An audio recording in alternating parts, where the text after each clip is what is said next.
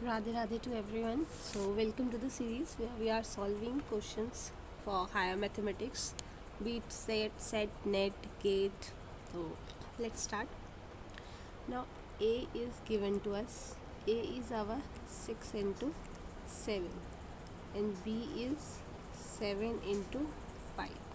तो rank of ये 6 into 5 हो जाएगा. ठीक है. नाउ इसका फॉर्मूला होता है rank of A rank of B minus N.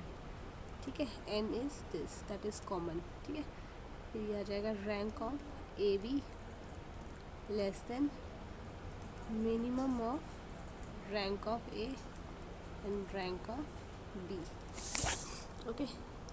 तो इट इज 6 + 4 - 7. ठीक है. इसका 6 रैंक दिया था, इसका 4 दिया था. Rank of A B minimum में आ जाएगा आपका 4. ये 3 आ जाएगा. 3 रैंक ऑफ ए बी 4. तो 3 भी हो सकता है और 4 भी हो सकता है, बट यस 4 से कम होगा, 3 से ज़्यादा होगा.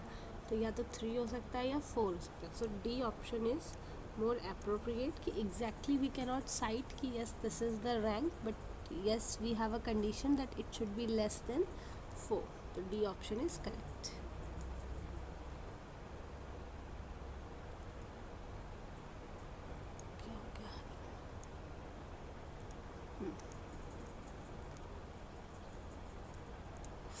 Now D is the linear transformation R3 to R, R3 से R तक. ओके. नाउ ये हमारे पास दिया है, तो अगर इसका मैट्रिक्स बनेगा तो ये क्या हो 1 दिस. ठीक है. और ये आ जाएगा 2 0 0. चलना रो वाइज है, लिखना कॉलम वाइज है ना, ऐसे करते हैं हम. ये आ जाएगा 0 -5 दिस 0. ये हमारे पास 9 आ जाएगा. 1 क्रॉस 3. अच्छा सॉरी, ये आ जाएगा 2 -5 एंड 9. ठीक है. तो ये हमारा 3 क्रॉस 1 आ गया. ऐसे हम इसको ऐसे लिख सकते हैं. तो देखो हमें दिख ही रहा है कि यहाँ पे जो हमारा डोमेन है वो 3 है, कोडोमेन हमारा यहाँ पे 1 आ रहा है, और इसमें भी ये सारे डिपेंडेंट हो गए एक तरह से, है ना. हम कुछ भी करके ये 0 तो आ ही सकता है. तो यहाँ पे हमारा डायमेंशन जो था वो 3 है. ठीक है. एन जिसको बोलते हैं वो हमारा 3 आ रहा है. And we know Sylvester's theorems rank plus nullity equals to n. तो दिस नलिटी ये हमारा 3 है, रैंक 1 है, तो नलिटी हमारी 2 हो जाएगी. ठीक है. नलिटी निकालनी है, नल स्पेस का वो वेक्टर निकाल, कर्नल निकाला ना यहाँ पे. ठीक है. तो नलिटी निकालनी है. Okay. Now in this question 3 cross 3. अब देखो हमारा जो प्रोजेक्शन की डेफिनेशन है ना, वो एग्जैक्ट डेफिनेशन आई राइट.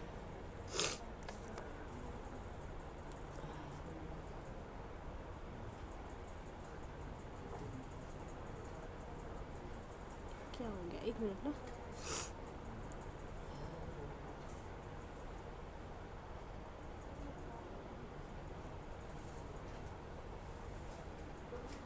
हाँ चलो. तो यहाँ पे हमारा क्या है, प्रॉपर जो प्रोजेक्शन मैट्रिक्स होता है, प्रोजेक्शन मैट्रिक्स. ठीक है. तो इसकी प्रॉपर्टी होती है कि जो P है that projects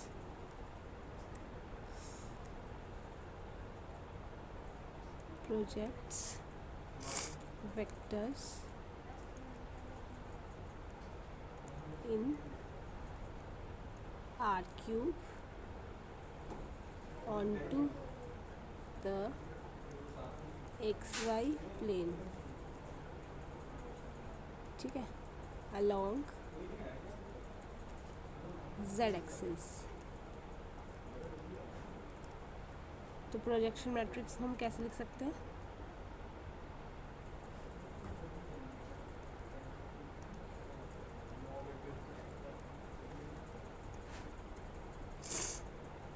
one zero zero zero one this this this this, ठीक है।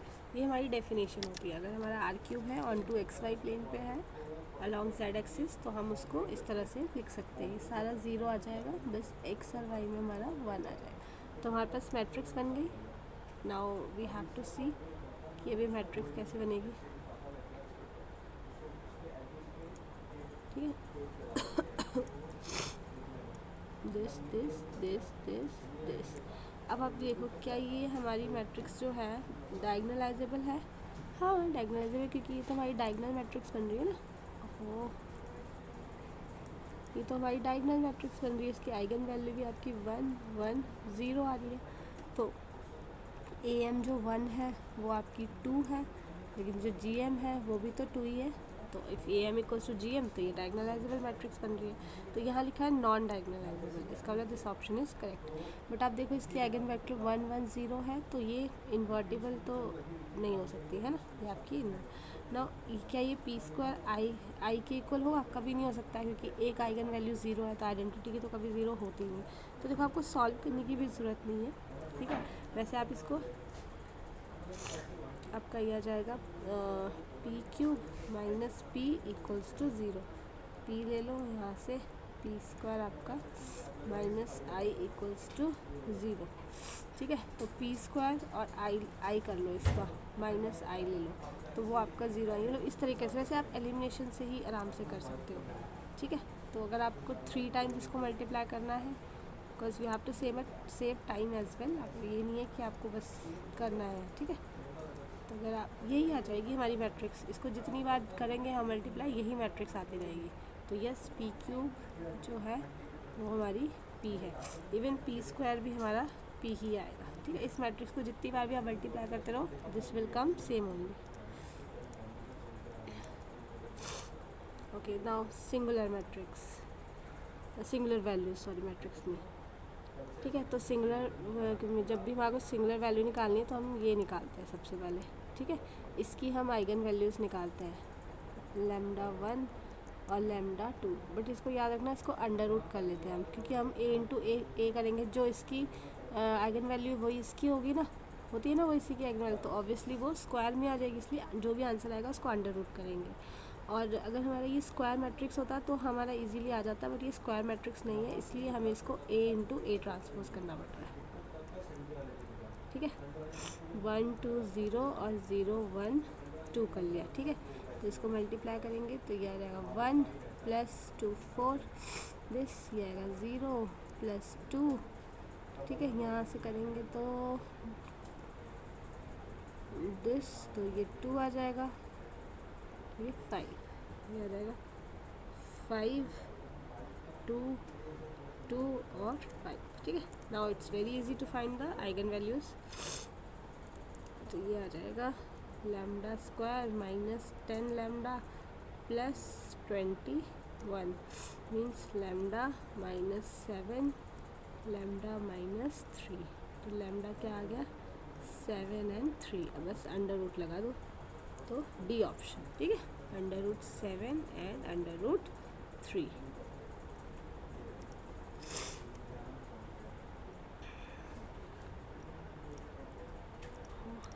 ना हमें पता है एंड अगर हमारी कोई भी नील पोटेंट मैट्रिक्स है, ठीक है, नील पोटेंट मैट्रिक्स होगी कि ए एन जो है हमारा 0 होगा ही होगा, वो आपकी ठीक है नॉन ज़ीरो है, तो इसका मतलब वो डायगोनालाइजेबल तो कभी नहीं होगी। पहले ये ऑप्शन के साथ इन्वर्टिबल भी कभी वो होने वाली नहीं है। तो ए और 1 ऑप्शन और 2 ऑप्शन बचे हैं जिसमें हमें फाइंड करना है। तो जब आप आइडेंटिटी इसमें ऐड कर दो तो पक्का ही कोई भी नील पोटेंट मैट्रिक्स होगी वो आपकी इन्वर्टिबल रहती है। तो ए ऑप्शन तो देखो सही ही है। अब बी ऑप्शन भी हमें देखना पड़ेगा। वैसे तो एक ऑप्शन ही होता है आंसर, लेकिन फिर भी we have to see the possibilities कि इसको कुछ गड़बड़ हो सकती है जिससे हम ये प्रूव ना करें।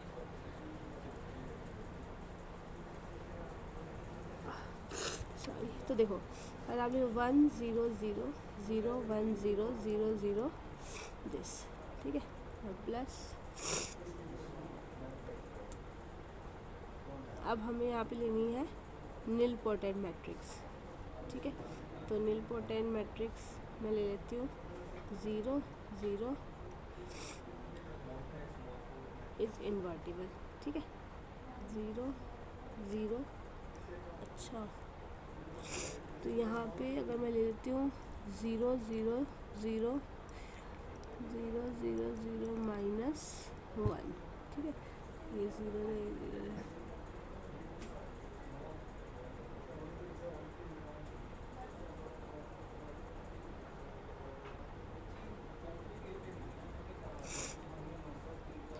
एक मिनट, यहाँ पे हम ले लेते हैं 0 0 0 0 0 0 0 माइनस 1, 0 0 0 0 0 0 0 0 माइनस 1, ये 0 है 0। No, this is not nilpotent matrix. यहाँ पे हमें माइनस करना है।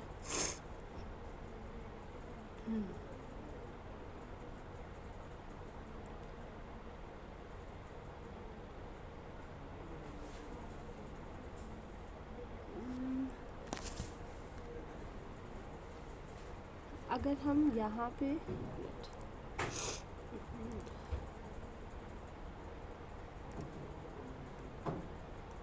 0 0 0 प्लस 1 1 1 0 0 0 और दिस, ठीक है, ये मेरी एक नीलपोटेंट मैट्रिक्स है। और अगर मैं इस नीलपोटेंट मैट्रिक्स के साथ इसको माइनस करूँगी तो ये मेरा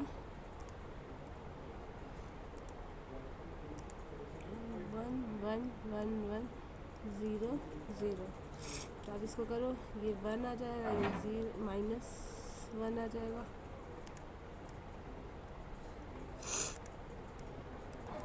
ये आ जाएगा मेरा 1 माइनस 1 1, ये आ जाएगा 0 0 माइनस 1, ये आ जाएगा 0 0 1। तो आप देख सकते हो आपकी वैल्यूज़ क्या रहेगी, आइगन वैल्यूज 0 दिस। तो इसका मतलब बी ऑप्शन भी रॉन्ग ऑप्शन, ठीक है, ये तीनों रॉन्ग हो गए। A option is the correct option.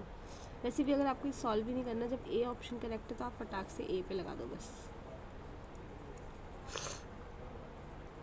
Okay, ए आपकी फोर ऑफ ऑर्थोगोनल मैट्रिक्स, आपको पता है उसका डिटर्मिनेंट प्लस माइनस 1 होता है, यही हो सकता है, ठीक है। तो आप done the determinant of this. तो अगर जैसे ये आइडेंटिटी है,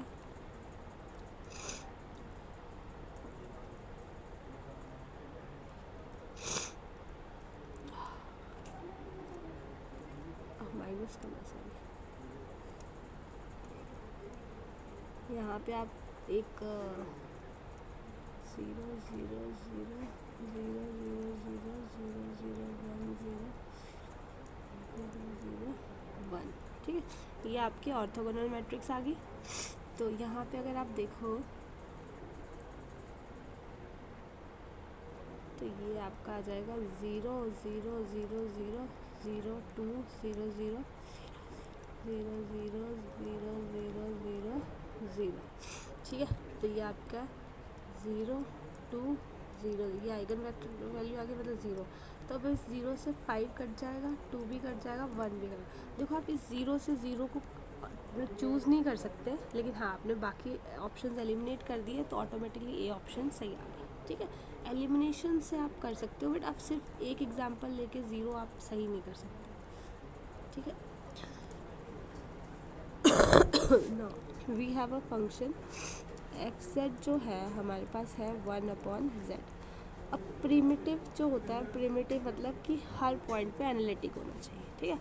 तो आप देखो कि जो z है वो सिर्फ 0 पे नॉट एनालिटिक है, बाकी हर पॉइंट पे ये एनालिटिक है ना, हर पॉइंट पे, लेकिन 0 पे ये नॉट एनालिटिक। तो फर्स्ट ऑप्शन देखो, फर्स्ट ऑप्शन आपका क्या आ जाएगा,